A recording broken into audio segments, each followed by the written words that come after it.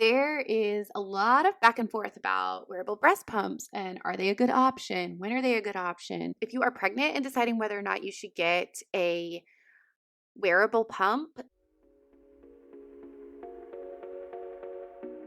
Hey, Mama Bear. Welcome to the Breastfeeding with Confidence podcast. Do you dream of bonding with your baby through exclusive breastfeeding, but worry about breastfeeding pain or low milk supply? Maybe you're struggling with breastfeeding and no one seems to have any answers. I'm Jamie, doula, international board certified lactation consultant, and mom of 5, and I have been where you are. After working through painful latches, milk supply worries, and postpartum depression, and supporting countless mothers through their breastfeeding journeys for over 8 years, I'm here to tell you breastfeeding doesn't have to be perfect to be positive. Each week, I'll share breastfeeding tips to help you prevent and overcome unexpected breastfeeding challenges so you can actually enjoy bonding with your baby.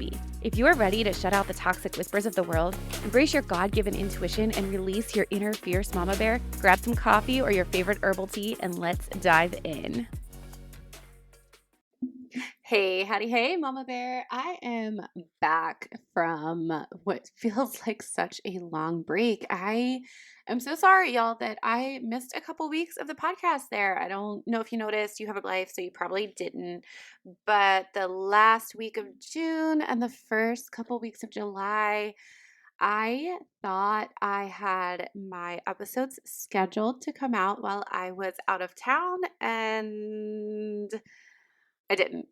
So I apologize if I left you hanging with any questions. If you were hoping to hear more tips or inspirational stories and I kept you waiting, but we are back and we are at it. And if you have questions you want me to cover, I want you to message me on Instagram at Little Bear Lactation or send me an email. I'll drop my email in the show notes, jamiezaki@littlebearlactation.com. You can reach out and drop your questions, and I am so happy to feature them on the podcast. Today, we are going to talk a little bit about wearable breast pumps. There is a lot of back and forth about wearable breast pumps and are they a good option? When are they a good option? If you are pregnant and deciding whether or not you should get a wearable pump, this episode is going to shed a lot of light. We're going to kind of peel some of that back a little bit today. As with everything, I'm going to say, first and foremost, it depends on your personal needs. It depends on your personal goals. You have probably heard that wearable pumps are not intended to be your main pump. They're not intended for you to maintain your milk supply, or to build your milk supply. They're intended for once in a while situations, right? And I don't know if I fully agree with that. So don't get me wrong. Like, yes, I do agree that most wearable pumps are not designed and intended to be a primary pump for somebody who is exclusively pumping and utilizing pumping to increase low milk supply. However, if your low milk supply is because your baby's not latching and you're struggling to find time to pump, a wearable breast pump can be the answer because it can help you get those extra pumping sessions in, and some milk removal is better than no milk removal, even if it's not necessarily the strongest pump or the best pump.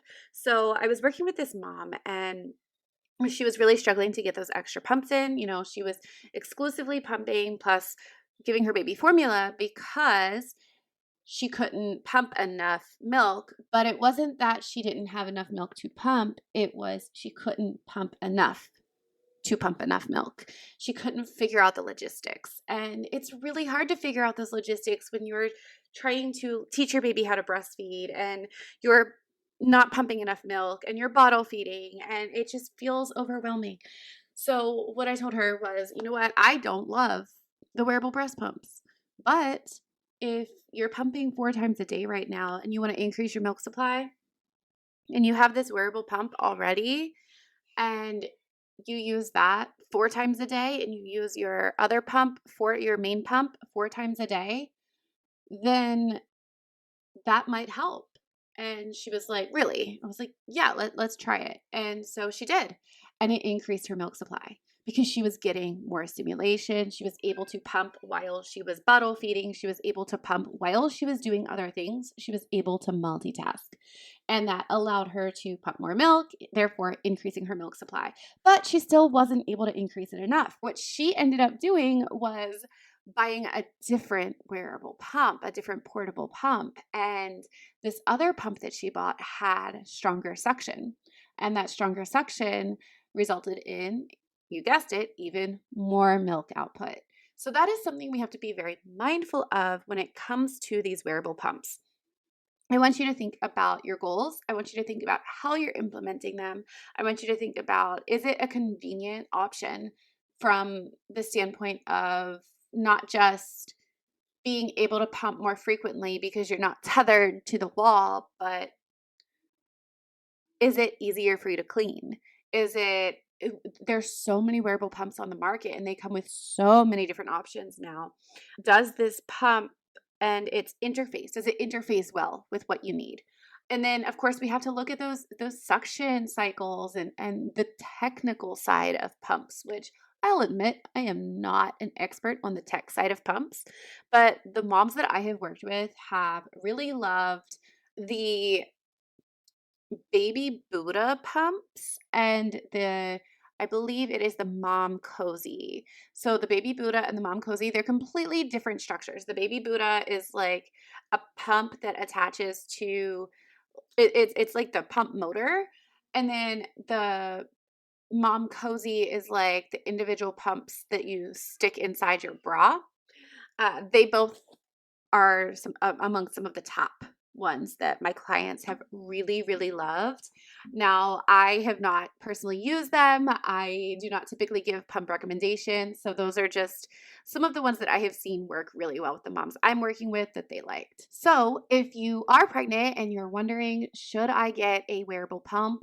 I would say if your insurance only covers one pump for you, get a traditional style pump, because if you need a pump for serious workhorse, exclusive pumping for any period, your baby comes early, you're using this pump to build your milk supply, you are going to want to have that really solid pump. I love the Spectra. That's my go-to, but other moms like other things. So I don't want to sway you on that. So I would never recommend using your insurance benefits if you can only pick one pump to get a wearable pump.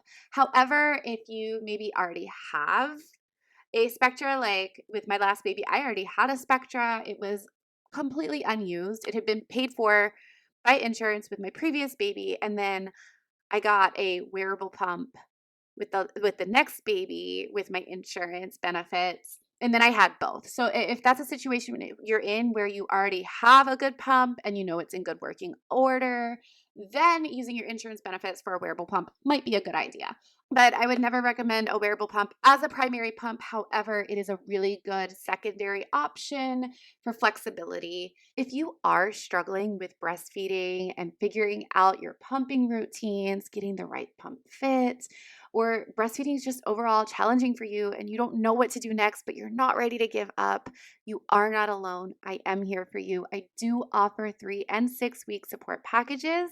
You can go ahead and click the link in the show notes to learn more about those offers today and book your consult so you can start making breastfeeding better.